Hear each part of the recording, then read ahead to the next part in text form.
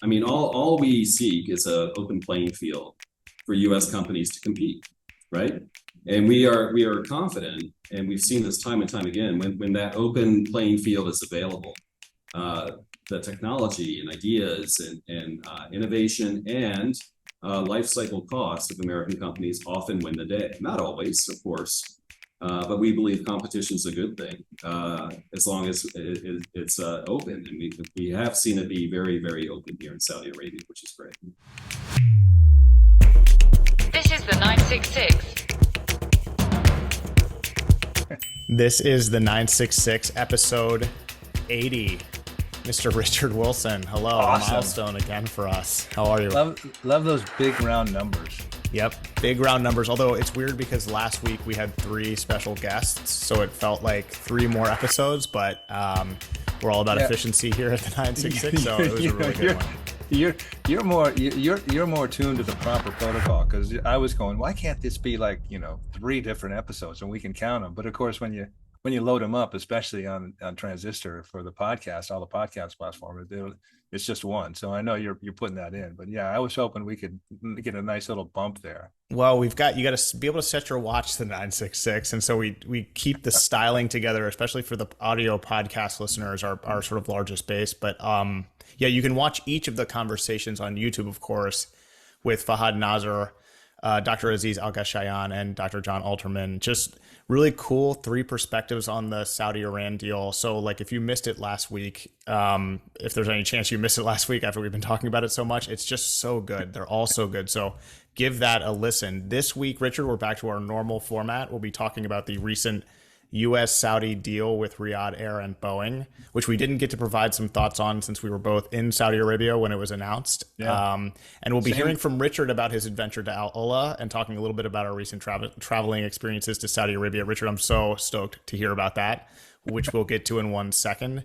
Before we get going, please hit that little plus button on Apple Podcasts or Spotify or wherever you're getting this audio podcast, or on YouTube. If you subscribe to us, it helps us out.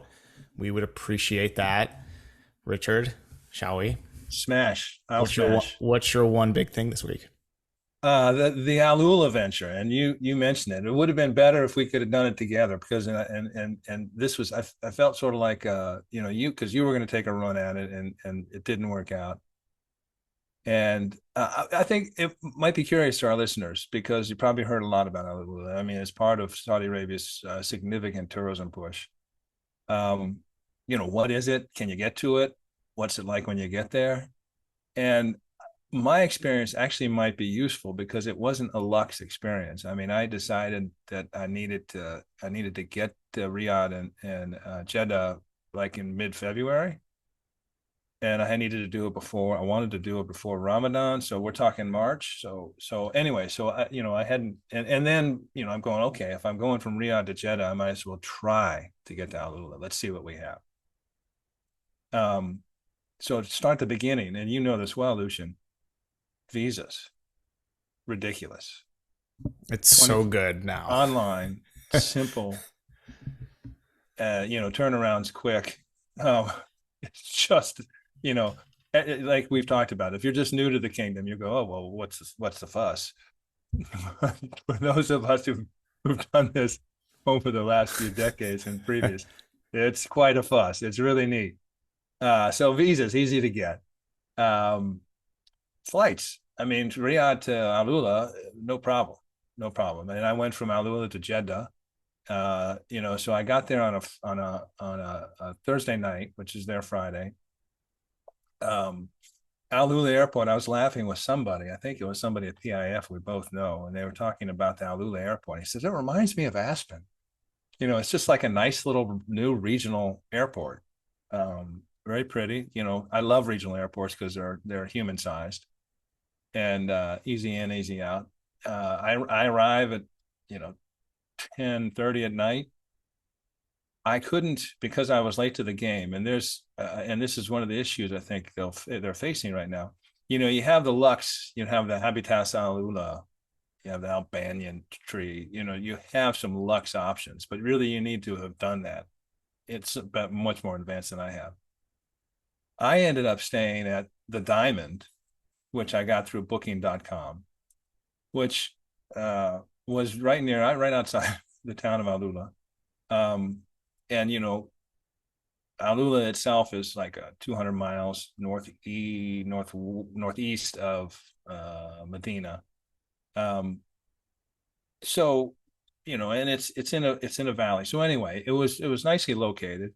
The place was perfect for me. I mean, it was six rooms. I barely saw the proprietor.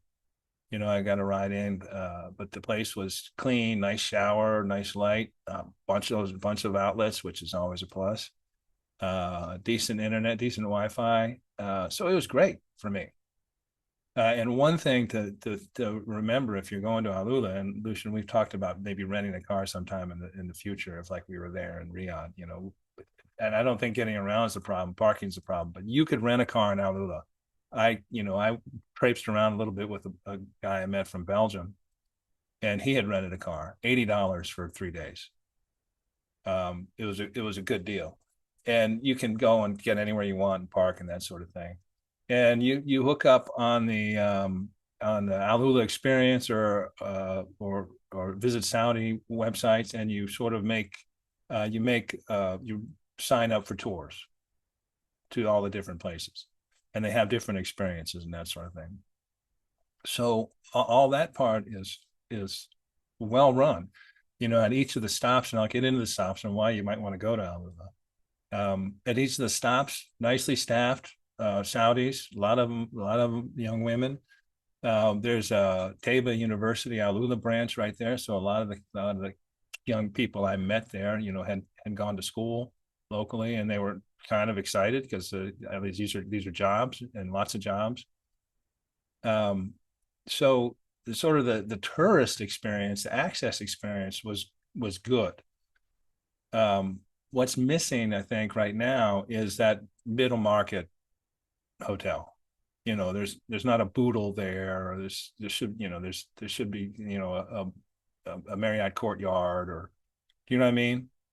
You sort of have the Lux, and then you have other things, and then of course you don't have a big infrastructure of, if you're talking about Western tourists, of places to eat. I mean, I hit the Kudu a couple times, and a local restaurant, which I highly recommend if you're ever there, Matam al-Bukhari, sorry, which was awesome. But anyway, so you can see that it's nascent, it's young, but a lot of the infrastructure is in place. All right, so why would you go there? The place is unbelievable, Lucien. It's fascinating. So historically, it's on the incense route. So Greece, Greco-Roman empires, frankincense and myrrh and incense and spices and that sort of thing all came up along that coast from Yemen and point south up into, Europe as we know it today. And Al-Ula was an oasis sort of on this route, and it's been sort of settled since 8th century BC. And one of the tours I did was to go see sort of the legacy of the Dedan settlement. And the Lihan, and I don't know if I pronounced that right, was actually a civilization, and Dedan was mentioned in the Bible. Lihan was a civilization that settled the area, and there's fascinating inscriptions and that sort of thing of people traveling through, because the geologic formation is sandstone. You have a lot of crypts and graves and monuments that are carved into the mountainside, which is what makes it so interesting. So you go there and you see that 8th century one, and then there's beginning in 2nd century AD, you have the Nabateans who did Petra, and they settled in Hejra, and that's where all the amazing carvings and rock carvings are. Just stunning, and huge spaces and rooms and burial sites, carved into the sides of mountains and rock formations. And then you've got Al-Ula, which is the old town, which first settled in the 6th century BC. Um, and you can tour the old town, which, and this is what blew my mind. So basically, so you have some really fascinating historical things there. Geologically, it's amazing. It's just stunning. You know, you just walk around or ride around and go, oh my God, this is insane. It's like, I don't know, you know, Cappadocia and Eastern Turkey. I mean, these weird, or the Giant's Causeway in Northern Ireland. It's much bigger than that. It's a whole valley. It's in the Hijaz Mountains and Sandstones Mountains. And they just, I guess there's some similarities maybe to, you know, the American Southwest. But geologically, it's just stunning. And of course, it's interwoven with the desert. So you have, you know, these amazing sand dunes going through these incredible rock formations that have been carved. And it's just stunning. And I would love to just spend time, you know, crashing about, looking at everything. I was there for a day and a half. In no way you can see, you know, you can, if you really want to get out and do it. But it's cool. They have venture tours. You can go, you can zip line, you can bike, you can hike. All the things we'd probably like to do if we had time. You know, I saw Elephant Rock, I saw Hydra, you know, the Don, Al-Ula, the Old Town. And the thing about Al-Ula, the Old Town is you go and you see it and you realize this, like, mud hut alleyways, you know, that were inhabited up to the 1970s. And then you look, you know, south and north, and you see, you know, newer cities where people move to. You know, it's been an oasis again for centuries. 2.1 million palms, state palms in the valley, and there's citrus and that sort of thing. It's just an amazing location, and they've done a good job, I think, in making it accessible. And it just needs to mature a little bit in terms of, I think, you know, hotel and you know, where places you can stay, and maybe places you can eat. I was because I wasn't on the Lux tour. I think most Americans are coming in on the Lux tour. I didn't see a single American. I saw mostly Saudis, which is cool. Europeans, of course, Aussies are everywhere. But you know, where I was going and the tours I was doing and the places I was staying, I was the only American around. But, you know, it'd be nice to see more of that, because I think a lot of people are discovering it, and it's worth the trip. It's really stunning visually. It's really unique visually, and it's really interesting historically, and it's extraordinarily well preserved. You just don't see. And one of the things I really thought was fascinating, for me anyway. So if you go out to Native American, you know, like the Pueblo in Southwest, and you see what they've done, you know, the places they built and the civilizations they built, and, you know, on mountainsides and this sort of thing. If you see anything that's native to the area, it's kind of a set piece. It's not actually ongoing organic. It's really cool because all these date palms are working farms today. So you can really easily visualize what it was like. And obviously the technology is different, and you have Toyota trucks instead of camels and you know, donkeys and that sort of thing. But, you know, the feel is the same. These date palms have been there for centuries. This has been, you know, the water and the location have been the key to why people have been there. And you can see why that was. It's very real. It's right there. So anyway, I was blown away. I thought it was a great trip, fascinating. I don't know how other people travel. I love, you know, I would have loved to have, you know, just gotten out and walked forever. But it was really well worth it. And when you go, you'll love it, Lucien. Yeah, I'm very excited, Richard. As you know, I'm 0 for 3 on attempts to go to Al-Ula, and it's always because my windows are always either one day or shorter. Yeah, it just truly would be impossible for me to go. It would be like a same day there and back trip, which I think does not, especially after this description, seem worth it at all, because it would just be like, hey, cool, and then I'm on my way back to Riyadh or whatever. That's not how I want to experience. But Richard, that was really cool. Yeah, I mean, it sounds amazing. It looks amazing.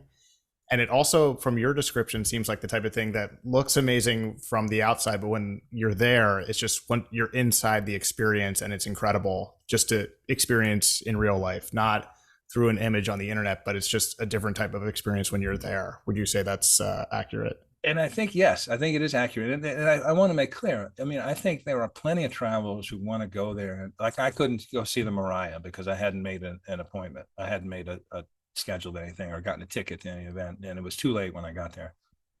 I think there are areas around there that are super luxe, and people will come in and, you know, they'll hang out and it'll be amazing and it'll be spa-like and it'll be, you know, it'll be that kind of luxe environment, luxe experience in a really unique environment. And that has value in of itself because it's so visually striking. I love the, you know, I'm never going to be averse to that. I'm down with that. That's fun. But, you know, it also has the historical, geological attraction of going and seeing this really weird ass place in terms of geology, and see what people have done over the centuries, you know, and how they've lived there and how they left their mark. And yeah, so it can cover both ends of the spectrum, I think. And so yeah, it's definitely a worthwhile trip. Yeah, Richard, it's interesting because I spoke with Ahmed Al-Juhani, who's now the CEO of Rua Al Medina, which is their sort of giga project in Medina. They're looking to build 41,000 hotel rooms there and just sort of really develop that city out. It's not quite, I don't think a giga project, but it's really close. But I was asking him because he said he was chief development officer and construction officer for Al-Ula previously before taking on the Rua Al Medina project. And I was like, hey, like, you know, it's just interesting that you have just only a few hotels, and those hotels are super luxe. They're 5-star banyan tree and Habitas Al-Ula. Like, what was the thinking behind that? Because, you know, it's especially last minute. If you want to get one of those rooms, it's like $4,000 or $5,000 a night, which I don't know, maybe is worth it, but it's just a little bit of a tough sell. But you know, so I was asking about that, and he said, well, essentially what we wanted to do is put those in place first, right, because we really did not want to overdevelop. And if you sort of open it up to all different hotel brands, you could have it, you know, it could risk getting developed in a way that isn't, you know, organic and not sustainable in the normal way, but just sort of, you know, wouldn't preserve the landscape. They still didn't really know what they were dealing with in Al-Ula and the surrounding areas. They were sort of like, hey, this is in a way sort of new to us. So we want to have things sort of slow roll. And also, I think strategically that makes sense because you're going to have a bunch of really, you're going to have a lot of influencers that go and visit Al-Ula that, you know, are showing their experience online, and it looks really, really luxe and nice. And that sort of sets the tone. So other people can dream of going there eventually. I think the plan is to have some of these middle range hotel rooms there eventually, but I think they're just taking it slowly, and they want those who experience Al-Ula now to have the experience that you had essentially, which is, you know, to really experience the space and connect with nature. And it just is a very new way of doing things in general. I think in Saudi Arabia, it's, you know, patiently, but, you know, with a longer vision to get things right. But Richard, this is just really cool. You mentioned visas. I took a few notes when you were talking. You mentioned visas. We've talked about it on this program, but that is maybe the one thing that Saudi Arabia has done in recent years that really is going to have so many knock-on effects in tourism and travel. I mean, it just is so easy. Like anybody listening to this right now could start applying for a visa in Saudi Arabia and have it done by the time I finish the next segment and have it in their email inbox. I mean, that is amazing. Yesterday I went to get passports for my 2 children who are 2 and 1. So, I mean, that involves a passport photo, and then you have to print something online from the State Department and then fill it out and then take it into a center. And then they're like, yeah, we hope we'll get it back to you in 7 to 10 weeks. And I'm just like, 7 to 10 weeks. It's like the end of summer. I mean, it's just sort of amazing. Things are really changing in Saudi Arabia with respect to that. And then Richard, you mentioned flights.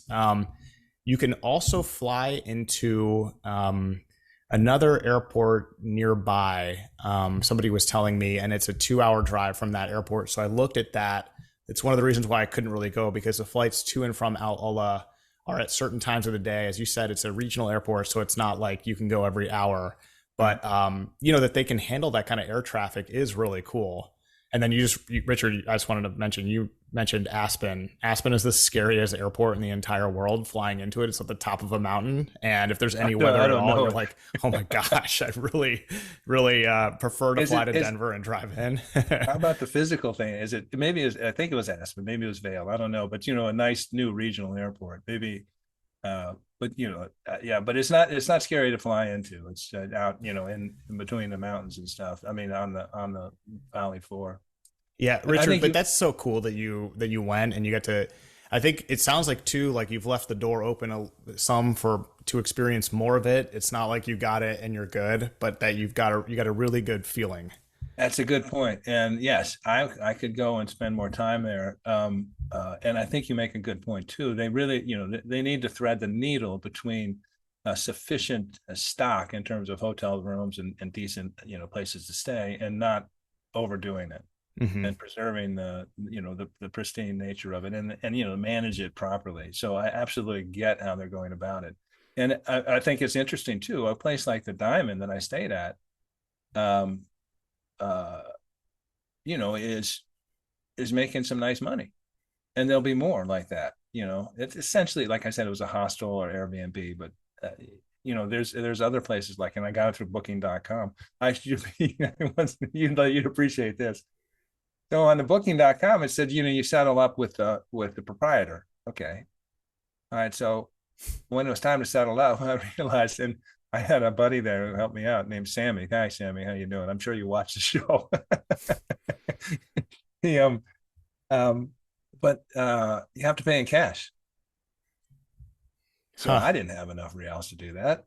So I'm, it's a Sunday. So their weekend is Saturday, Sunday. So it's Sunday. I'm heading out that night to Jeddah, and I'm going, oh my God, we have to hit some ATMs, but I'm maxed out. So I can't, they only, especially, when I drop an ATM in Al-Ula, Saudi Arabia, and I live, on the East Coast of the US, there's questions about it. So a questionable transfer has been made. I can only take out a certain amount, which was not the total cost. So in classic Saudi, I was talking with the guy. I said, look, I can get it to you, but I can't get any more out. It's just, my bank won't allow it, and I can't go in the bank because it's closed. It's Saturday, Friday and Saturday. I'm sorry, the weekend's Friday, Saturday. So it's Saturday, which is our Sunday. And he goes, well, okay, how much do you have? So that's what I paid for my room in Al-Ula. And you're like taking bills behind your back, siphoning a few off. Well, I'm a little shorter than I actually thought I was. I gave him what I had because it was less than that. So anyway, it was all pretty. It was a nice experience, and it was fun to be doing it. And and of course you're in Saudi, so everyone's hospitable. And I do want to commend the folks at the sites. They had experts, that you would give you a overview of things. You can really, and you would like this. I took a picture of it. I need to send it to you. There's private tours. You can balloon, you can helicopter, you can do other stuff. And then there's private tours, and they have all the old Land Rovers. They're not old Land Rovers, but the same style. So, open seat Land Rovers. Sweet. They take you around. So anyway, you can access this in any number of ways. I think it's useful to know that here I am, just a schlub going in with no big, no big accommodations or plans, and I had a great experience. That's awesome. Yeah, we're gonna include some images of Al-Ula. I'm sure everybody that listens to this has seen it or has heard of it, but even the images, Richard, just are like stunning, and you get anecdotal experiences like this, which is why I think this is such a good segment, because you get to hear about it and not just see it. And it sounds like you have to see it, not just hear about it or see things online. So I think this is it's really cool. We'll have images of showing Al-Ula and a couple of maps as well, just to kind of give people an orientation on where it is. And I'll send you some video. Yeah. It's one of the cool, hot influencers. Like some of my boys are like, hey, what's up with this place? Al-Ula, it's starting to get that kind of, you're seeing enough influencers go there that you see it on Instagram or TikTok, and you kind of start hearing about it. Everybody's heard of Riyadh, but then you have these, it's sort of going to plan in that respect. So you're going to love this. So I didn't, I had all these pictures. And by the way, I have an iPhone 8. It just, the place just overwhelmed the iPhone 8. I didn't have enough. Didn't have enough data quality or anything. I mean, it's just too many things to see and view and video and take pictures of. But I wanted a record of the trip, and the kids use Instagram. My kids use Instagram, and so I said, well, I'll just put them up on Instagram, so I have a record of the trip. Oh my goodness, such dad Instagram. They're supposed to be cool. Like your Insta photos are really cool. Thank you. They're like really nice. They're just really well done. Number one, you look really good in them, and two, the atmosphere is good and the captions really, really good. And mine were so dad-like. Oh my goodness, it was Richard, you really know how to compliment a millennial. Thank you very much. They're really good. I'm always impressed with your stuff. And no, but mine are like, here's a video of Al-Ula. I don't know. You're gonna get a lot of. I think you're gonna get some likes. I didn't see that pop up, so I'm gonna go look at them. I literally put it on there so T and Sarah could see it. Because and Jane's on it too. But well, I have a nice thing to look at when we finish recording today. I'm gonna get to see dorky. It's dorky as all. I don't know. You never know though. It's the type of thing. Instagram, you could hit a hit and it goes viral. So I'm looking forward to seeing it. Would not be. The funny thing was at Al-Ula Old Town. And there's right in the middle of Al-Ula Old Town, there's this Jebel Nasr, which is like a rock formation right in the middle. I mean, it's classic. I mean, you go there, and when travelers used to come through in early centuries, if they lost something, there would be a call out at the evening from the Jebel Nasr about such and such was lost. If you want to come get it, and town criers and all this sort of thing. It's just really cool. So you've got this old town, and this rock formation in the middle that sort of split the north and the south side of the town. And you could just see, you could just see how organic the whole thing was. And right next to it is a little sort of, I guess, a satellite store of Harvey Nichols, which made no sense. It's completely incongruous. You had the Harvey Nichols here, and then behind that, you had the old town. It's, that's sort of like modern Saudi Arabia, isn't it? Yep. Yeah. Amazing stuff. Okay, Richard, my one big thing. Yeah, sorry, I blabbered way too long. No, it's okay. That's travel stories are meant to be like that, and I think that this was one of the best ones because it's just, I don't know, it's really cool to hear about. I was really excited. I didn't want to talk to you about it before we had this segment, so I could just come in fresh. So I think that was really good, Richard. And again, for our listeners, if you are not really that familiar with Al-Ula, look it up. But you can also watch this segment on YouTube if you want, and then we'll have images of it. So we may even include, Richard, if you send them to me in time, some of the images that you took from Al-Ula. We'll have some proprietary content, which is always good. Richard, my one big thing this week, we didn't get a chance to talk about it since we were both in Saudi Arabia when it was announced. The mega Boeing deal between Riyadh Air and Boeing, which was really stunning and very, very good news for the U.S. Saudi relationship. And in a few minutes as well, we're going to ask Jim Golsen about it. He is the chief commercial officer in Riyadh for the United States. But just a huge deal. It's sort of starting here with outlining the scope. Saudi Arabia will purchase up to 121 Boeing 787 Dreamliners equipped with GE's most advanced GEnex engines to anchor the newly formed Riyadh Air and expand the Saudia Airlines fleet. The deals were valued at a max of $37 billion following years of discussions, although, Richard, we know that it'll be under that because they'll get some sort of deal. And then breaking it down from there, we sort of have been rumored about what this new airline would be called. We thought it was going to be Riyadh Air.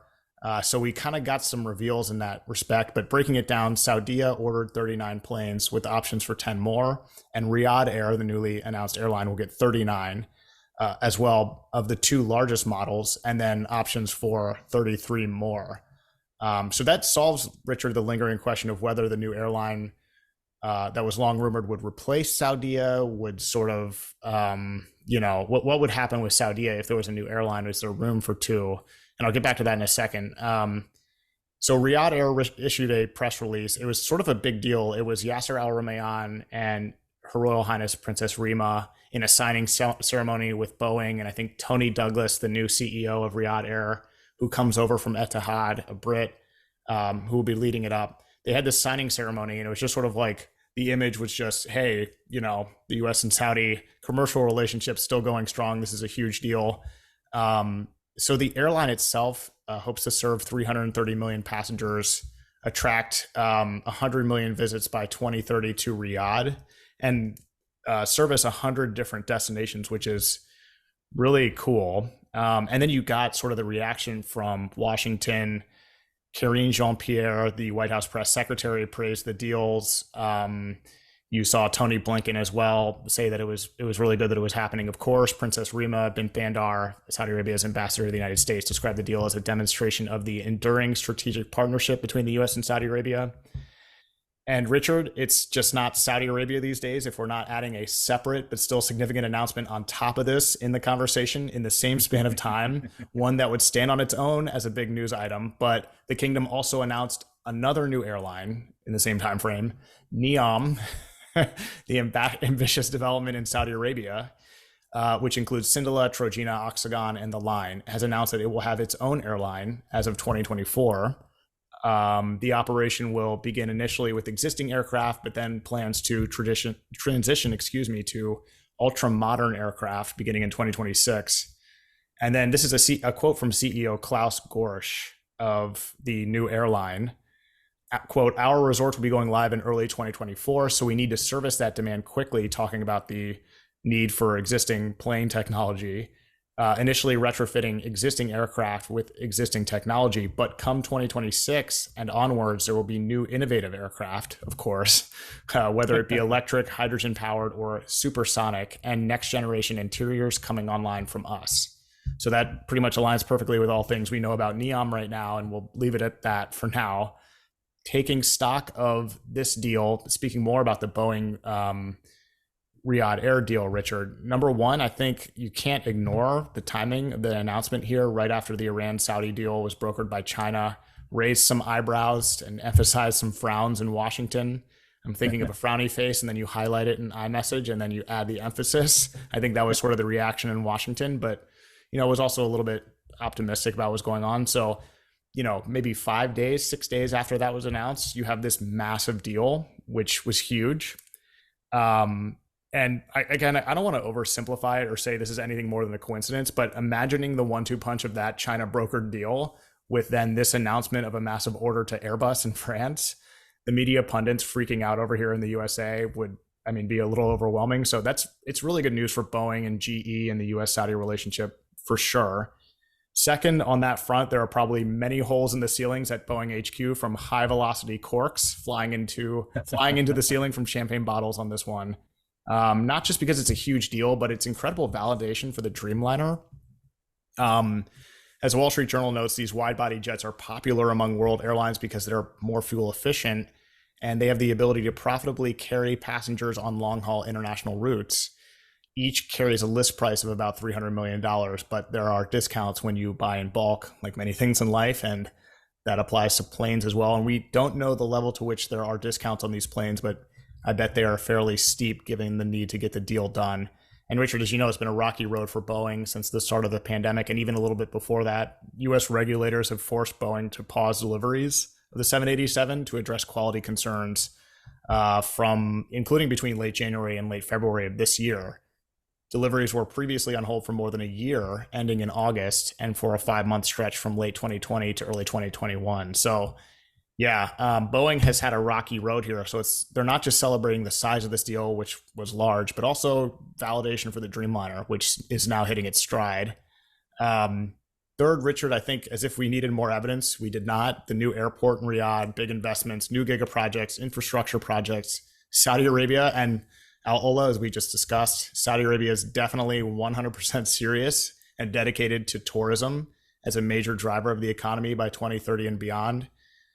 And yeah, I think now that we know more about the new airline and the fate of Saudia, the plan makes more sense. We were talking about this earlier on another episode, why two airlines. That led to some speculation about whether one would be focused on more domestic versus international. But, You already have some domestic operators in Saudi. So I think we sort of learned that it's going to be more that Riyadh Air will be more of the Riyadh hub, and then Saudia will go back to being the Jeddah hub. Actually, and Finance Minister Mohammed Al-Jadaan said Jeddah alone needs one airline to concentrate on it with the Hajj and Umrah. So you needed an airline that is focused on Riyadh. So that gives some clarity to that. But yeah, I mean, Richard, we just didn't get a chance to touch on this. I think it's one of the bigger U.S. Saudi deals in history, and really very important for the U.S. Saudi relationship going forward. That's a good one, and I'm glad you circled back to pick it up, because yeah, a lot happened when we were both over there, and big news, and you know, first from the U.S. perspective, it is nice to see Boeing's had a great 2023. I mean, India in February, you know, ordered 220 Boeing aircraft, you know, valued at $34 billion. This Saudi deal, prospective deal, is I think the 5th largest in history. And it does, you're right, it does, you know, that 787 Dreamliner bet, you know, a wide body, more fuel efficient to deal with, you know, what was projected. And, you know, when they started building it, there was the Airbus question, and the, you know, the A380 and you know, the Boeing Dreamliner, you know, which one, and the Dreamliner is fuel efficiency, you know, seems to be a popular choice. So on the Boeing side, that is exciting to see. The you know, on the Saudi side, I think it is interesting. You know, maybe they've decided that you know, Saudia will deal with Jeddah. Curiously enough, you mentioned that NEOM announcement. Saudia just announced 25 new international routes, you know, to begin in 2023. So it's not like they're you know, fading away in any regard. And of course, with the you know, Riyadh Air, there's the question of, you know, is the sector already too crowded? And that's the big question for everybody. And I look at this, there's an aviation, you probably saw it. We included it in Sustig Review, the CAPA report. CAPA's Center for Aviation is a market intelligence group, and they were saying that the Middle East and Asia Pacific regions are expected to account for 58% of the global air passenger demand in 2040. And the volume of investment includes, you know, basically airports in the Middle East need to invest 151 billion in capacity expansion for global air passenger demand, which is expected to increase twofold by 2040. It just in the Middle East alone, in Saudi Arabia, Middle East airports alone are expected to handle 1.1 billion passengers by 2040, which is up from 2019's 405 million. So that's, you know, well over double. I guess the point being, we've talked about it on the show, Saudi Arabia's making a big bet on tourism, making a big bet on aviation, because they are significant parts of the global GDP. And because they anticipate with reports like this that there's going to be greater traffic. And because they're willing, as we've talked about again repeatedly on the show, they're willing for this to be a loss leader in order to establish Saudi Arabia in, from their perspective, in its proper position as the center of this Asia, African, European nexus. And you know, these numbers are huge, and they seem redundant sometimes. But you know, Saudi Arabia is on a different sort of path, and it sees itself. I think you know, we all sort of suffer a lack of imagination of what Saudi Arabia's ambitions are, and having two airlines, and especially this Riyadh Air, which really by the nature of its purchases is going to be a transit. You know, these are long haul planes. People will use Saudi Arabia, will use Riyadh, not only to get there, but to get to other places. And so it's a fascinating play. I'm delighted. I love, you know, these sort of large capital purchases, like defense and other things, are really important for relationships because they're long-term relationships. And you know, you want to see this deal closed and started, but you know, they're long-term commitments and long-term relationships, and those are really important to the broader political relationship, if you want it. So anyway, that was a good one, Lucien. That was a good one to pull. Oh, thank you. Yeah, I mean, you mentioned long-term relationships, a great point. So the deal is going to support 140,000 jobs across the U.S. So there's sort of a soft power relationship there. I mean, a lot of these jobs will be created and sustained because of this deal and other deals like it. So, and there's just more to that. And Richard, when I was looking into this, just thought it was really interesting. Saudia was founded in 1945. It received its first jet as a gift from Franklin Roosevelt, which is cool. I didn't know that. That's a cool little information snack, as they call it. Yeah, Richard, air travel is so impressive and sophisticated now. It just blows my mind every time I'm on a flight that these things are so safe and they're so generally reliable. It's so impressive. The other thing that I thought was interesting, Richard, is Boeing last year moved its headquarters from Chicago to Arlington, Virginia, which is the birthplace of one Lucien Michael Ziegler. It's really, really cool. So the main motivation. Yeah, that's why they did it, obviously. And Richard, you mentioned is, the sector too crowded. That's a great question. I think it depends on who you ask. I mean, if you're asking Frankfurt, London, Istanbul, Doha, Dubai, the answer is yes. If they don't want any more players. If you're Riyadh, the answer is emphatically no.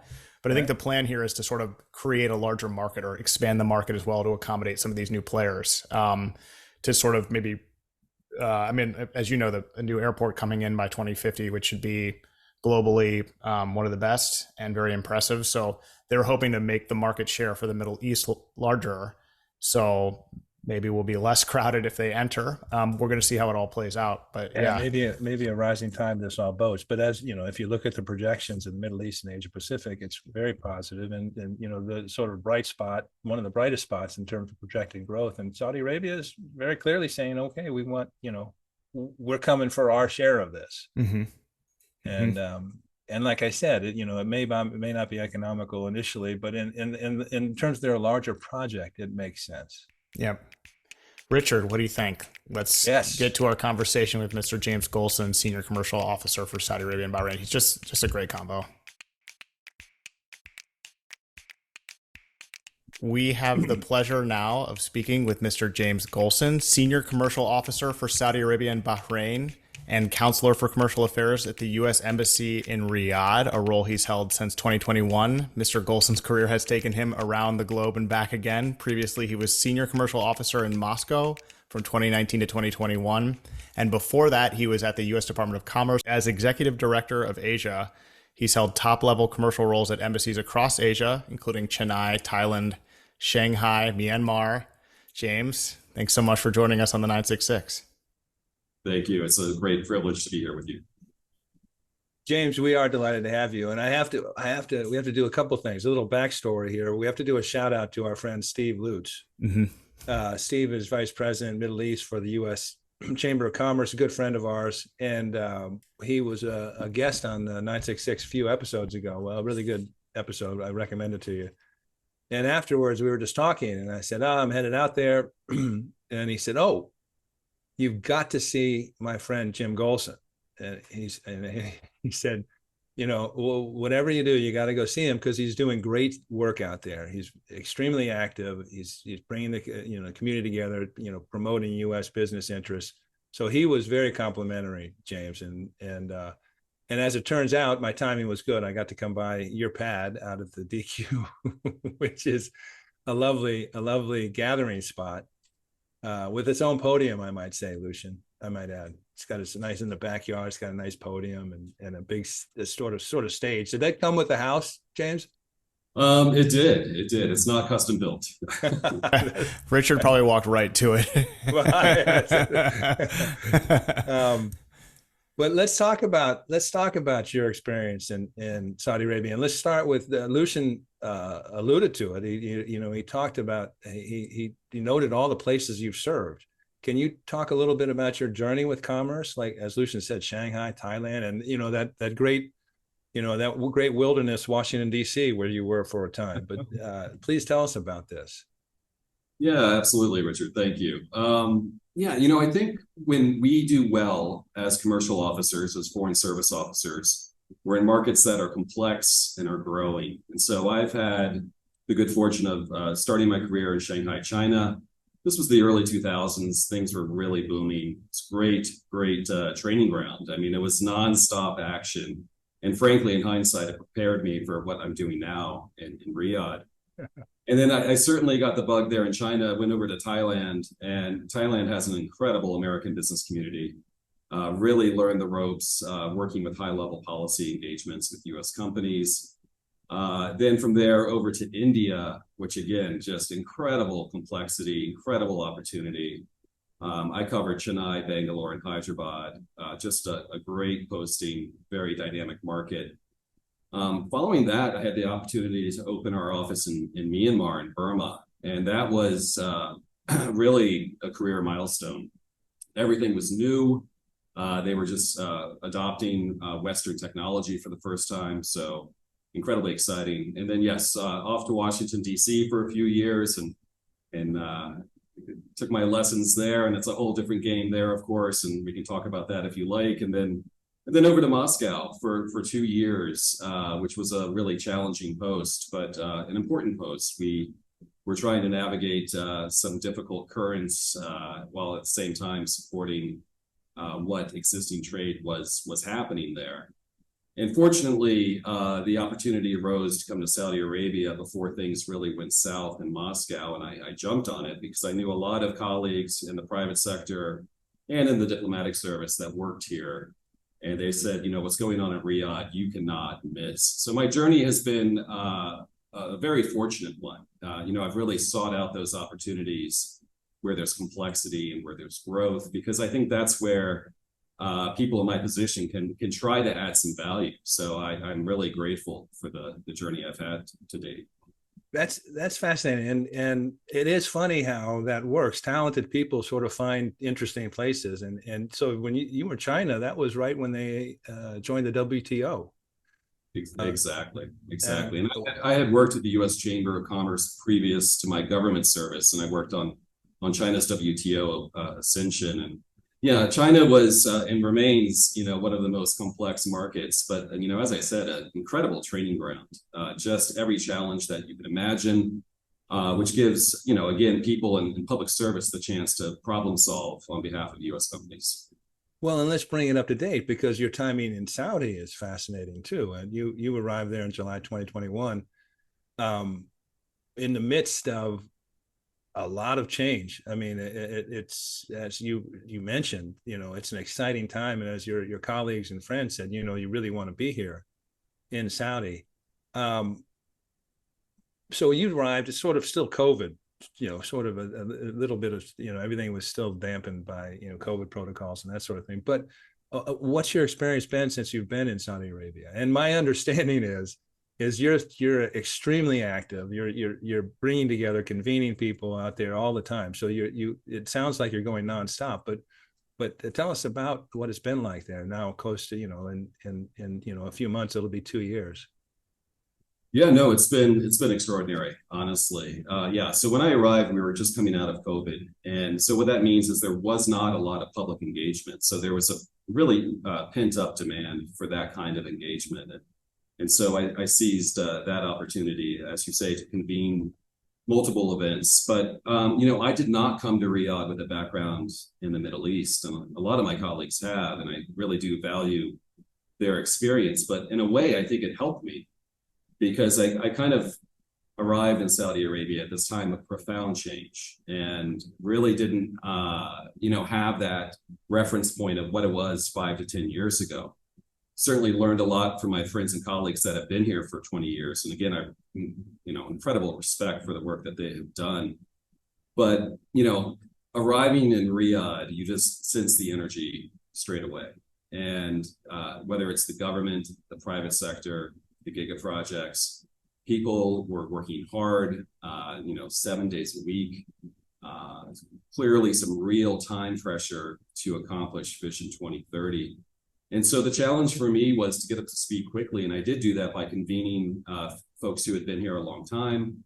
And this, Richard, Saudis are incredibly hospitable and very easy to get to know in my experience, and very helpful. So, trying to match my experience with the moment and plugging into that energy and excitement was a challenge, but it was a great challenge. And certainly it's been a fun ride ever since. Yes, Lucien and I often comment on the hospitality and the welcoming nature, and the affinity, often Americans have with Saudis. What's the in a big view? What's the state of play in the U.S. Saudi commercial relationship? We can talk trade numbers and and in goods and services, that sort of thing. I'd love to get the the big macro picture, but also your insights as to the actual activity on the ground, the kind of energy, what direction things are headed. Yeah, absolutely. So, I mean, clearly everyone knows about the strong foundation we have in energy and defense, and that's been ongoing for a very long time. It's been very productive for both countries and continues. What I noticed immediately were these emerging sectors that the Saudis are developing at a rapid pace, and this is anything from healthcare to the entertainment sector to the digital economy. And they really are hiring the best people from around the world, including incredibly talented Saudis who have worked all around the world. And so, yes, the numbers are strong. U.S. exports are up. We recently had the announcement of the Boeing deal for Riyadh Air, which was not only a huge accomplishment for Boeing and for the kingdom, but really demonstrated that U.S. companies can deliver on the ambitious plans for 2030. Let's keep in mind that the airline is being launched to support, the incredible tourism goals of the kingdom, to bring 100 million tourists annually to Saudi Arabia. And they want to have an airport that can, airport and airline that can facilitate that. So, that's just one data point of many that we see, a big one, of course. But U.S. companies are seeing opportunities here in these new sectors, and Saudi Arabia is really reaching out to partner with them to accomplish their goals. Well, and that's an important point. I'd like to dig into that a little bit, because you're right that there's bulwark relationships that have always been in place in the business community in the defense and energy sector, and we've talked about, we've had Bill Foster, who is president of AmCham KSA, on the show. We've had Steve Lutz on the show, and we, are big fans and recognize how critical, really, these business ties are. One of the things that commerce and trade tries to do is tries to help small and medium-sized enterprises get into markets. And traditionally, especially overseas, but in the region too, that's tough for a lot of American small and medium SMEs. Because they don't really have the staying power to come and just set up shop. They may not be able to do market studies, any number of things. Are you seeing, and you mentioned three sectors: healthcare, entertainment, digital economy. Are you seeing greater U.S. activity interest on the part of the non-traditional players in terms of U.S. corporations? Yeah, absolutely. And I should mention last June, the two governments launched the U.S. Saudi Commercial Work Plan. This was launched by Secretary Raimondo, our Secretary of Commerce, and His Excellency, the Minister of Commerce, Dr. Majid Al-Kasabi. And it's focused on four key areas. One is the green economy, and that's all things renewable. The second is two-way investment. The third is innovation. And the fourth is SMEs and women in business. And under this fourth pillar of the work plan, we are both governments are working to get small and medium-sized companies plugged into the opportunities. And we have had numerous success stories bringing small companies over here. The Saudi government is very helpful in laying the groundwork for small companies to set up operations. They understand the challenges that you mentioned. We in my office help vet partners for American small companies. We help with really kind of bespoke matchmaking to get them to the right people that can plug them into the opportunities. And just this afternoon, we had a company in my office that has an AI application that helps with essentially tracking assets, whether it's a fleet or people entering a concert. And they found great success. And that's just one of, probably 60 in the past 6 months that we've helped enter the market. So yes, it is hard for small companies, but with support from my office, from partners like the American Chamber and the Saudi government, we have seen some really good success. So this is interesting. It's the U.S. Saudi work plan. U.S. Saudi commercial work plan. Commercial Yes. work plan. We're big fans of His Excellency Dr. Majid Al-Kassabi, the Minister of Commerce, Saudi Minister of Commerce. And Lucien, I'm not all surprised that it's called a work plan. The name sounds a little familiar. Yeah. Well, no, I mean, because he's all business. He's not, Yeah. this isn't a vision. This isn't a strategy. This is a work plan. Yeah. And I have to be honest with you, James, I'd like to hear more about that because I don't think enough people know. I didn't realize, again, we pay a lot of attention to the Saudi Ministry of Commerce and the good work they do and the people they have. But this is interesting. So in the three areas of the green economy, two-way investment, innovation, and SMEs with a focus on women and correct? Yeah. And does this have this was put in place when? June of last year. So June. So it's still less than a year old. And you're happy with you guys, everyone's happy with the progress to date? Yeah, no, I'm happy to touch on kind of highlights for all four, if you like. Yeah, that'd be great. Yeah. Yeah, so let's start with innovation. So we have been working closely with our private sector partners, including the U.S. Chamber and the American Chamber of Commerce, to work on the regulatory framework that helps foster investment in the innovative economy. And I've got to say, it's been very productive. We really are grateful for the Saudi government listening to industry and making adjustments in the policy framework that helps facilitate this investment. And we had the LEAP conference here, almost 2 months ago. And there were nearly $5 billion worth of contracts to U.S. companies awarded at that conference. And yes, all the big names, but also a lot of small companies as well. And that would have only been possible through the policy framework and the changes and the consultation, really, not just between the governments, but with the private sector. So we've seen really good progress there. It's really just the beginning. We're looking forward to the AI Summit in September in Riyadh. And again, plugging into these small companies. So a lot of progress on innovation. On the green economy, just last week in Dhahran at the U.S. consulate, we held a event on carbon capture with the Ministry of Energy, with Aramco, and with the U.S. business community. And it was really a productive session, what we call trade talks. It's really an exchange of ideas and coming up with plans to really utilize the latest technology to help achieve Saudi's green economy goals. Now, of course, this provides opportunities for U.S. technology providers, but also addresses the key policy goals for both countries.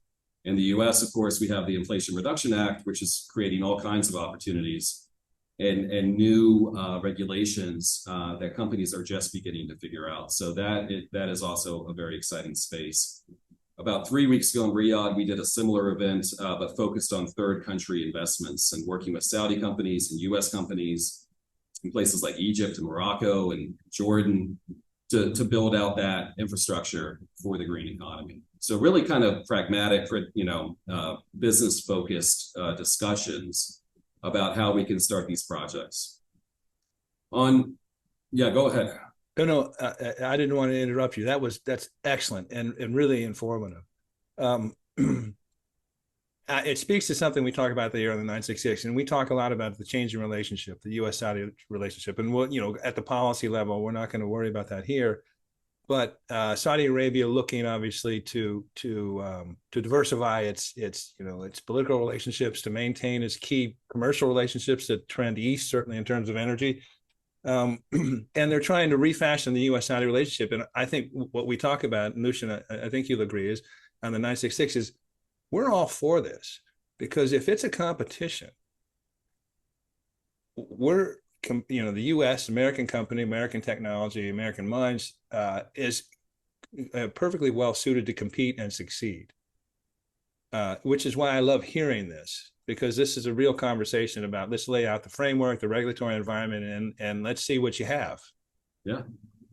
No, absolutely. I mean, competition comes up all the time, whether it's from the east, north, west, or south. And like you said, we welcome that. I mean, all we seek is an open playing field for U.S. companies to compete, right?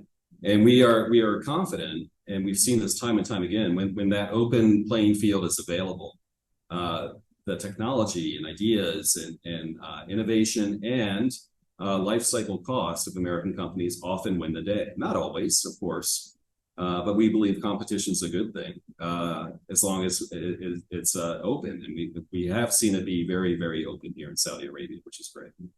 So before we change our perspective and our point of view, I just want you to, will you run down for me the services offered by the International Trade Administration and the commercial services to Sure. a prospective business, because it's significant and it's broad and it's deep. Absolutely.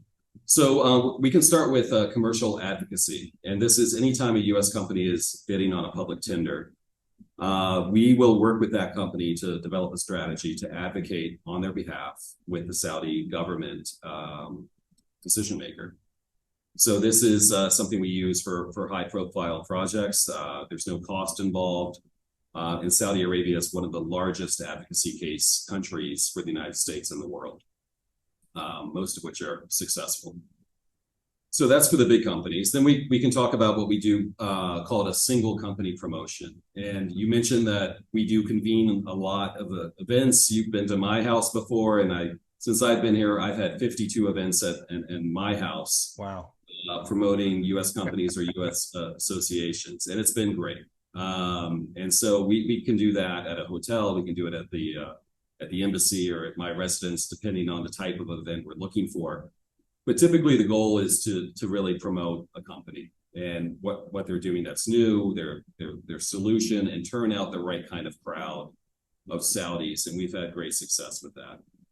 Now, shifting over to the smaller companies, we have a series of services that we provide. One is called the Gold Key service. A company will essentially, we work with them to define their objective to enter the market.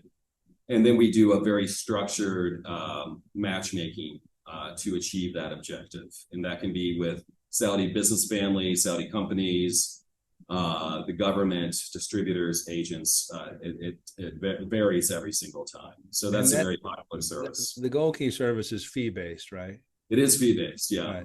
Right. So we are mandated by Congress anytime we do focused energy on one company and their commercial success, we have to recover the cost. But typically this costs about $900 for a series of a couple of days of pre-vetted meetings. So definitely affordable. But again, exactly, that's an extraordinary value for a small SME. Yeah, and it really does help get them get their feet on the ground. And we also do a due diligence check. So we call that an international company profile. So once they find that partner, they want to make sure that their bank records and reputational risks are taken care of. And so we work with contractors and in-house with our locally employed staff, which are extraordinary. Many of whom have worked in the market for 20 years. To produce that report that gives the U.S. companies some confidence in their partner. Are U.S. companies tapping into these resources? They are. I'm very happy to say we have the highest volume of these services, certainly in the Middle East and Africa. So we are, yes, we're very much engaged with SMEs in this space. And this is across Awesome. the whole U.S. commercial service? You're Correct. talking. So that's fascinating. It's strange, Lucien, because remember we were surprised when Steve Lutz, was with the U.S. Chamber, a huge organization, and obviously their international, branch is also large, and he was saying that the largest percentage of employees in focus is on the Middle East. This is U.S. Chamber, Yeah, and so the U.S. commercial service, we're seeing the same thing. Just fascinating. Thank you, James. So. Change of perspective for you, and you said you weren't a Middle East expert or a Saudi expert.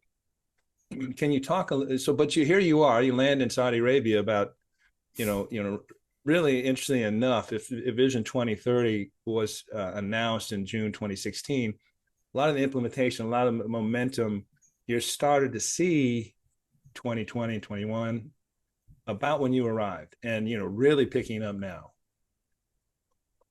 Looking at it from Saudi Arabia, how would you assess this from Saudi Arabia's perspective? What it means to the country, what it means to the community, what it means to the youth, to the commercial and business and communities, sort of across the board. What's your take?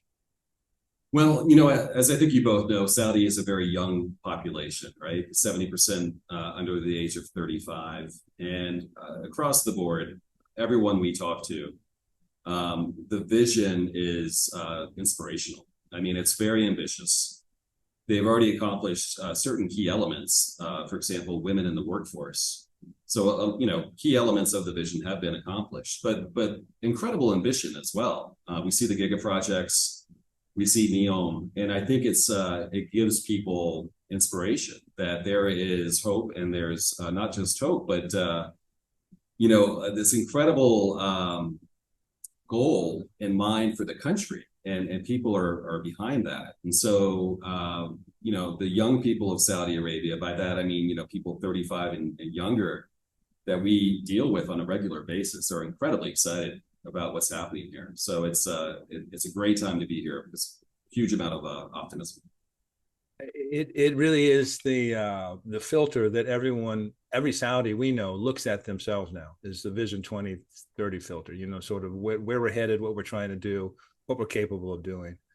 It's a significant difference from 5 years ago, when you didn't have that sort of organizing thought and that organizing mission, in essence.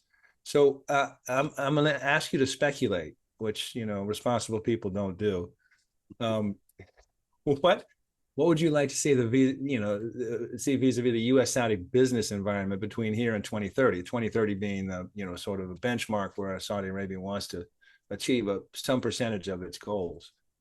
How do you want to see the U.S. Saudi business relationship evolve? Yeah. So again, I think those emerging new sectors is what I really want to see companies plug into. And what I've seen in my almost 2 years here is once people come for the first time and see it for themselves, they are true believers. But there is a bit of a knowledge gap, a bit of a knowledge lag for companies that have not been here recently. And so what I'd really like to see is more companies come.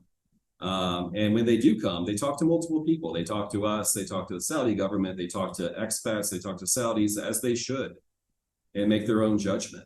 But, seeing is believing. And I think what people really leave with once they come after their first time is the energy and really the fact that, the younger Saudis have really bought into this and are trying to execute as quickly as possible. So again, I think U.S. companies can provide those solutions that can accomplish the goals, because a lot of what drives things here is time pressure under Vision 2030. It's incredibly ambitious. We're 7 years to the goal.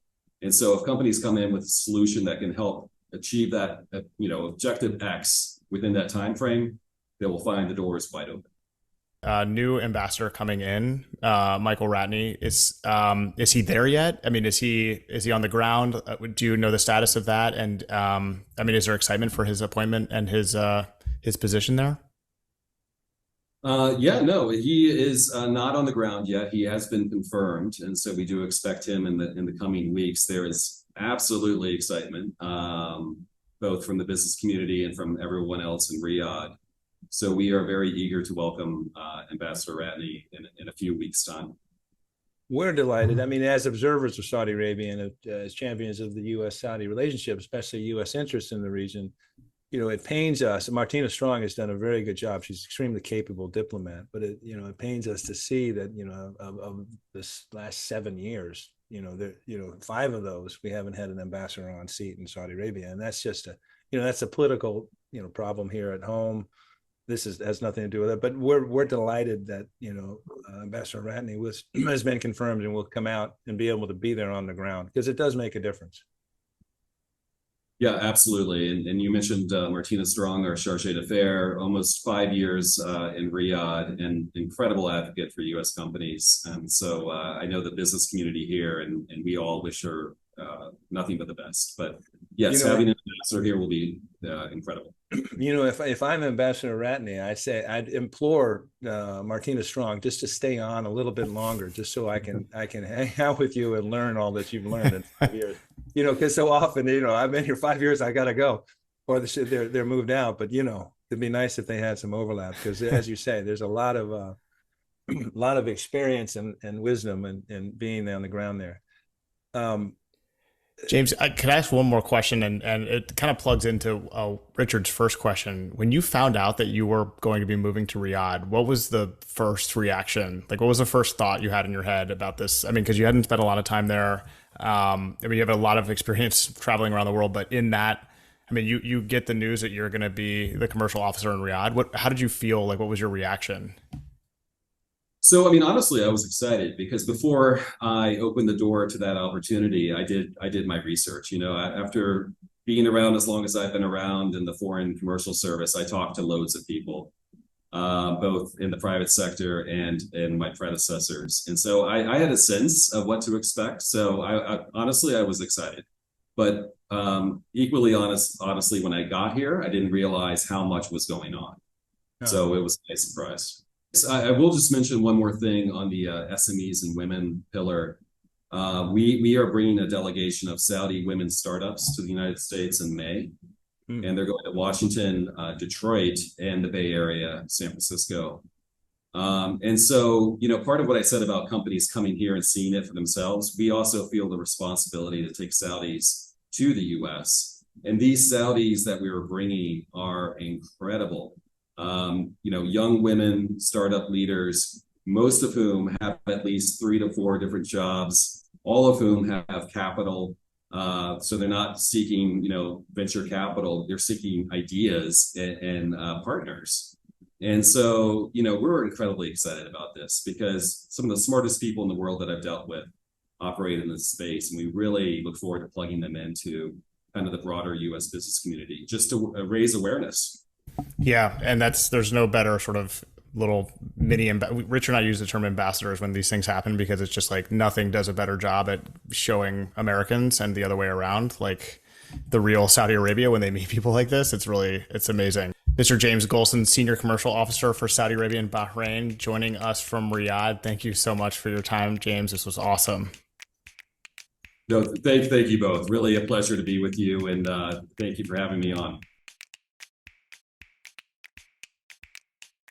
Richard, that was our, as we think, awesome conversation with Mr. James Golsen. Just such an impressive guy and really is doing some really good work with the U.S. Embassy in Saudi Arabia. So we appreciate his time. And again, you can listen to any of these segments on YouTube if you want to just hear that conversation or any of the other conversations we've had. You just go there and listen to them as individual segments. But yeah, James was just as good as it gets. He was on his game. He knows his stuff, and that was a great conversation. I learned a lot, and I thought I knew a little bit about stuff, but no, this was good. We did actually learn about a cool new program during the conversation, and we were like, "Wait, really? Tell us more." And it's an important one. Yeah. And hopefully, we can hope bring some attention to it and maybe get some of the participants in a future episode because it's pretty cool. What the Saudi Ministry of Commerce and the U.S. Department of Commerce, their work plan, which I love, what they're doing. It's impressive. Totally. Richard, what do you think? Let's get to Yallah. Yallah. Saudi in a minute. Yallah.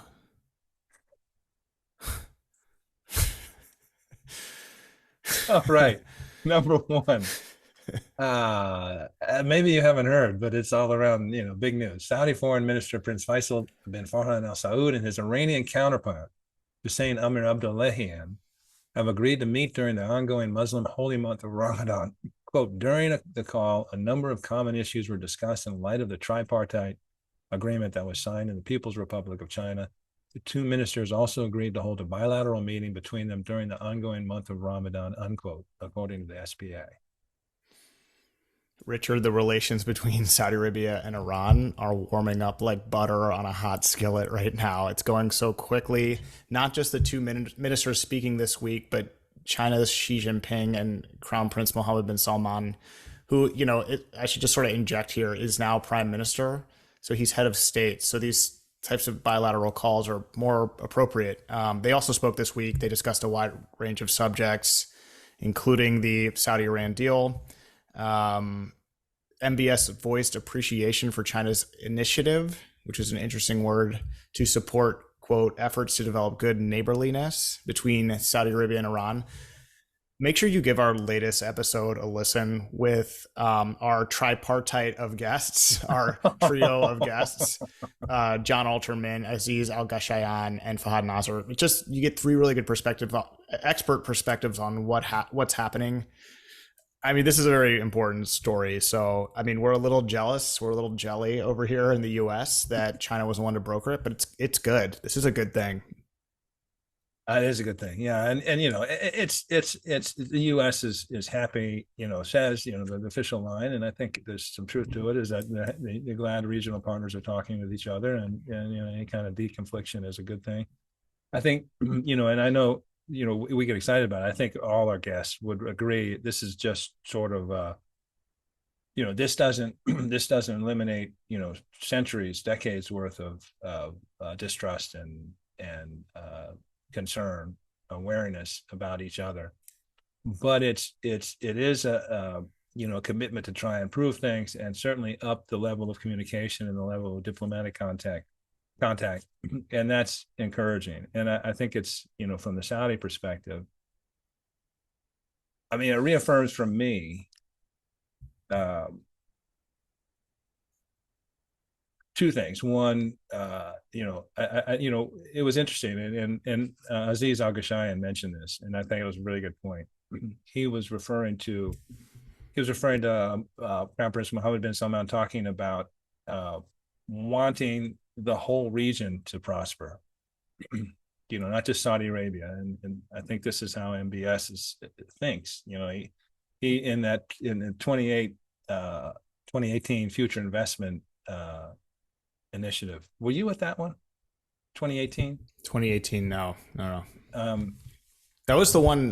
Wasn't that the first right one after Jamal Khashoggi? Right after, yeah. right. So that was Khashoggi, yeah. But he told the audience that he wanted the Middle East to be the new Europe. And I only offer this because I think that's the scale at which he's thinking.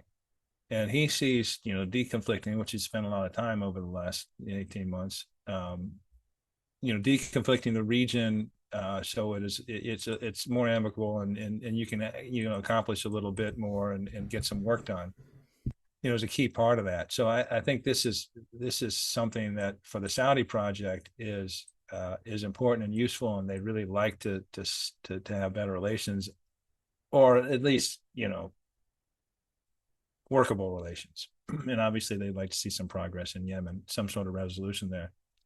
But the more local picture is the more you see what Saudi Arabia does in its foreign policy, and the more you understand that its operational framework is almost, is clearly, let's preserve this Vision 2030 project.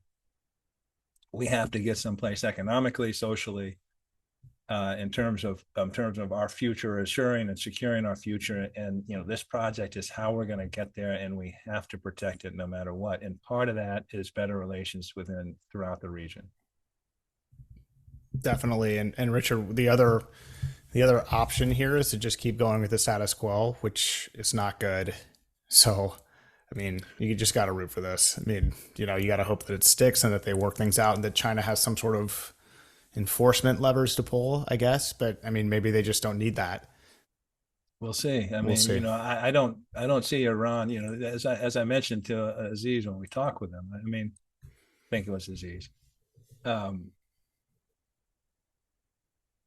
There's still the overlay of very, extreme animosity and antagonism between Iran and Saudi Arabia. And, I mean, Iran and the U.S. And by the way, it hasn't gone our way with Iran and Saudi Arabia. They're just trying to work it differently.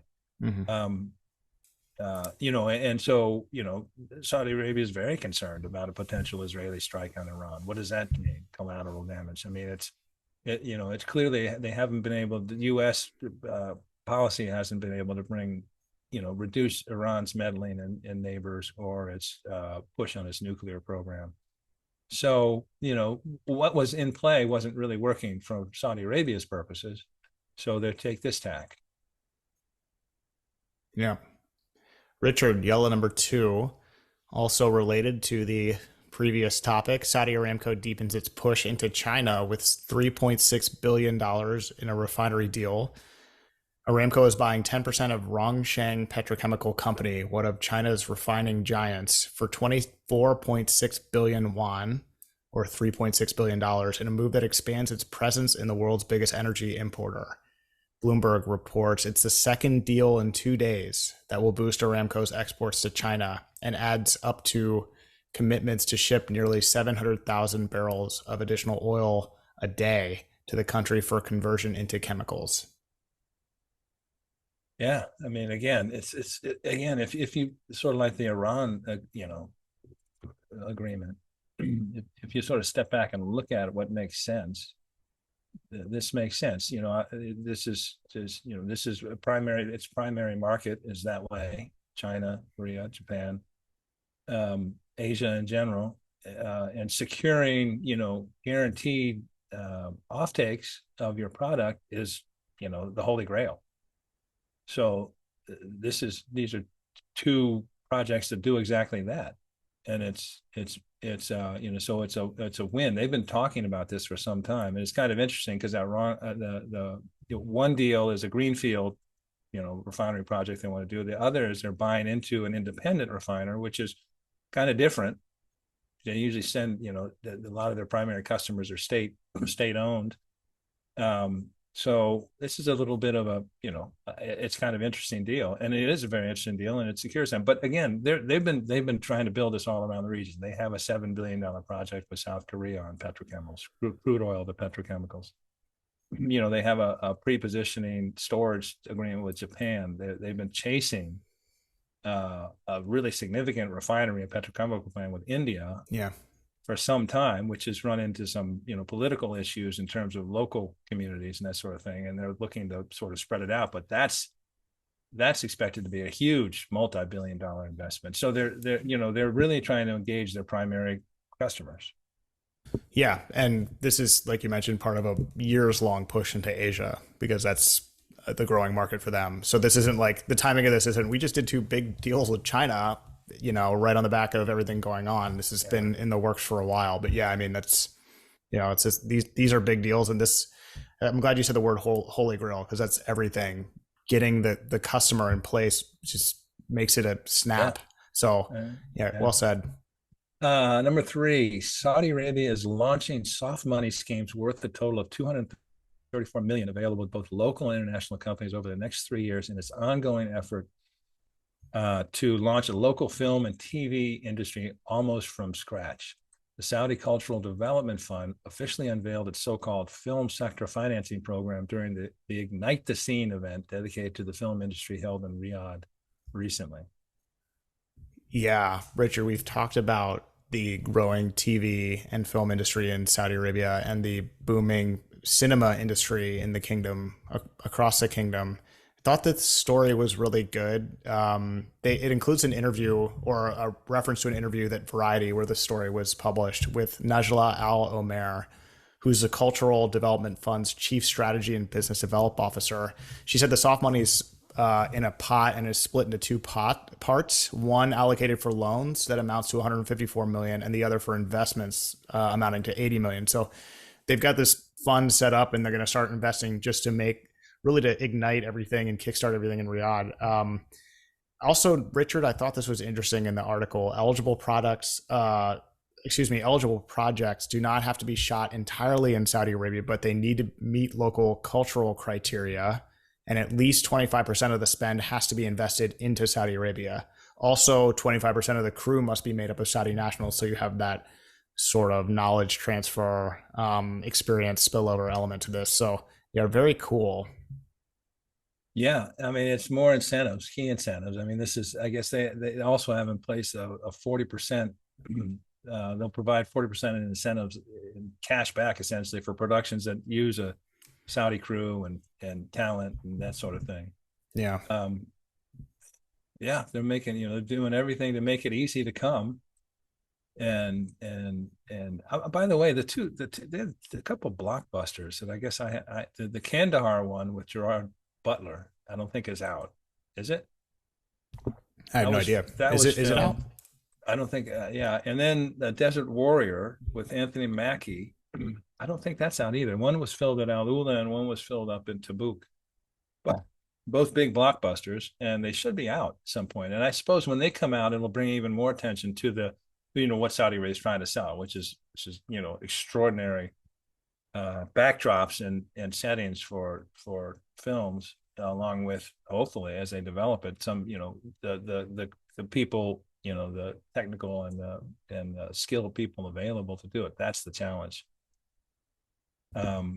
Number, I think this is that me. yours? Yep. Yeah, Saudi Arabia's first ever astronauts will be heading to the International Space Station, including the first Arab female in space. The astronauts will conduct 20 groundbreaking experiments, including research into predicting and preventing cancer and a study into how to generate artificial rain cloud seeding in future human settlements on the moon and Mars. Interesting. Ali Al-Karni and Rania Barnawi, members of the inaugural Saudi National Astronaut Program, will be part of the four-man crew Axiom 2 mission to blast off in May from the Kennedy Space Center in Florida. Richard, you saw, we'll include this. Princess Rima went to go meet them when she was in Riyadh recently. Very cool.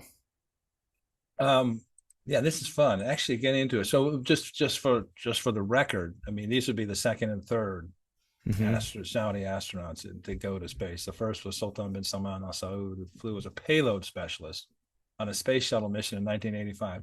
The curious thing about this is, so that was a space shuttle mission, NASA, obviously. So, and those are the only people who fly in this. Axiom, of course, is a private group. And it lets you, things like this really let you jumpstart, because the Saudi Space Commission launched the astronaut program from which these two astronauts are coming from in September 2022. So, I mean, that's less than 6 months ago. And already they're on a crew flying to the International Space Station. This is one of the things I love about the 966. So logically, you look at this, and they're doing Axiom, and this is Axiom's second flight. They did one in April 2022. They 17-day mission. So, and they're going to be doing 3 and 4. What they're doing is they're taking on the existing International Space Station. They're using it to build out a larger private space station that will take over when the ISS, International Space Station, is sort of retired in 2030. So, they're taking up all these modules and other things. They're going to assemble a space station, the private sector space station. And it's funny, I didn't know much about Axiom because you hear about SpaceX and all the other ones. Yeah, that gets all the headlines. Yeah. Yeah. And, but these guys are really doing it. And I'm going to send you this picture. They've also been tasked with designing the new spacesuits for NASA, which are badass. I'll send you the picture. Send me the pic. Yeah. Let's see the threads. They're really cool. Anyway, so neat for Saudi Arabia, and obviously it's a working mission. They're getting a lot of stuff done, but pretty cool that they're part of this Axiom thing. That they could sign on. And interestingly enough, I guess Axiom in the first mission, they threw three private citizens, so people who wanted to go to space.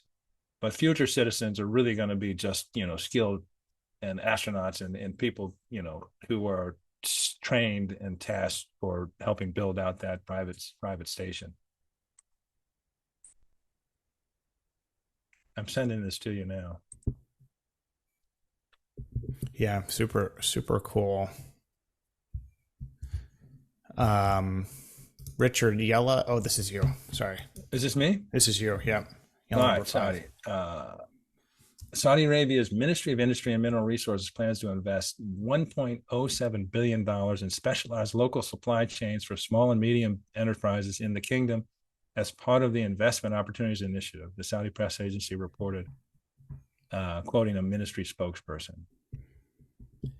Yeah, Richard, I thought this was interesting just because there's so much going into the localization of supply chains and local content. You've got the Sharik program, and then this also ties in SME's role in the supply chains. So, I mean, $1 billion is both a lot of money and in the grand scheme of things, not a lot, but this shows Saudi Arabia's sort of second level of investment into SME supply chains. So getting them to be able to plug into the economy in this way as they localize things, I just thought this was sort of worthy of mentioning. the Minister of Industry and Mineral Resources, Bandar Al-Krayef, is pretty impressive. And he's got this, first of all, he has a dual mandate because it's mining and then also industry, and they're sort of separate. So, I mean, the industrial development is not necessarily the mining industry. So he's got a lot going on, but you can see that he's super active. And this is sort of interesting. And I think an important investment will probably be fairly impactful on the economy. Well, it is interesting, and if you dig down into it, I mean, I thought one of the interesting things when they announced the Riyadh Air, a lot of the discussion was not necessarily about aviation, but about logistics. And they're trying to dig into that part of it and value chains in essence. And when you dig into this is actually, it's a study. They're going to do an investment, and they're going to study 10,000 locally manufactured and imported products and set standards for their associated value chains.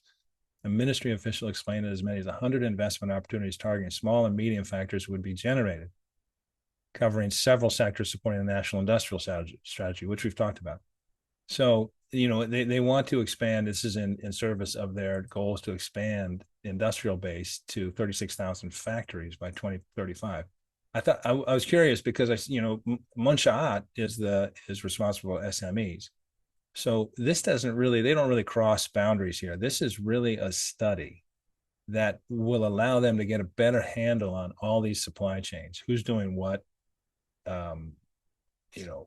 what's locally manufactured, what's imported, and then to set standards for these. So I guess, it's more easily accessed, it's more uniform, they can track it better, but also it may be more investable. So it's like, all right, before we go out and really pump this up and try and build this, we have to actually get the actual data, which I think is interesting, and useful. And it makes good sense. That sort of step-by-step thorough approach is always welcome. Richard, did you make it to Biban in Riyadh? I can't remember if it was happening or had started when you were there, or had Biban was no, that was after I was. Was that right after? Yeah, that was the next week. You were there though. Right? I was there. It was insane. I mean, it was like the size of Leap, actually in the same event forum building near Riyadh front. Just, I mean, like huge. Like, I don't know how to describe that event size other than like it would take you 4 hours to walk all the way around it, and actually didn't even make that.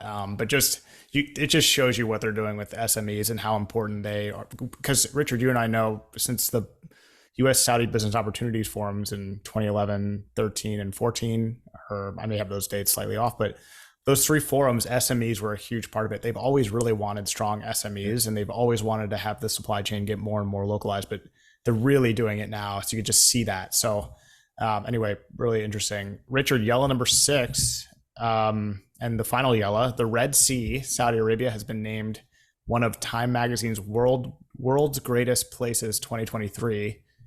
Mabruk to them. Quote, a novel adventure.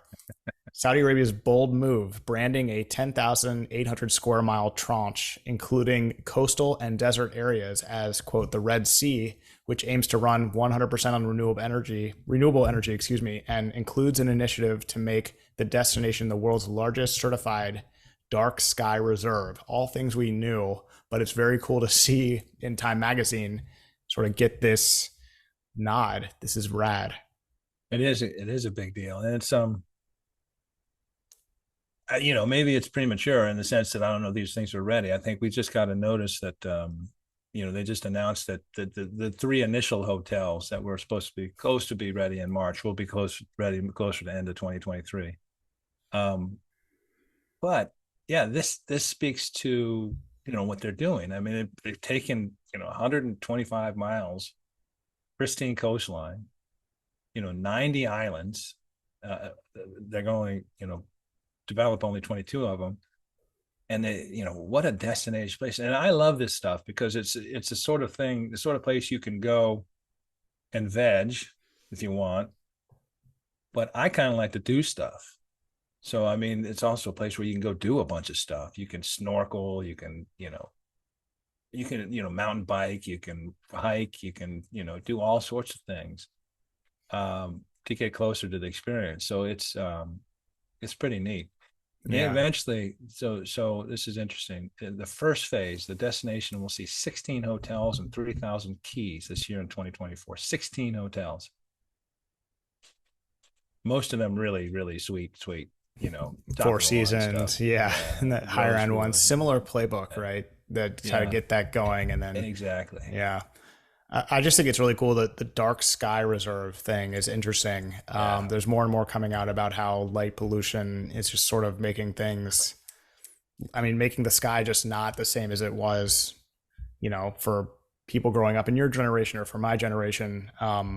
So it's kind of interesting that they make that a priority. It's interesting too. Well, when I grew up, we didn't have electricity, so it just wasn't a lot of light. Well, right. That's true. The oil lamps, but see, the oil lamps, they still provided some localized light, so you couldn't really see up as much.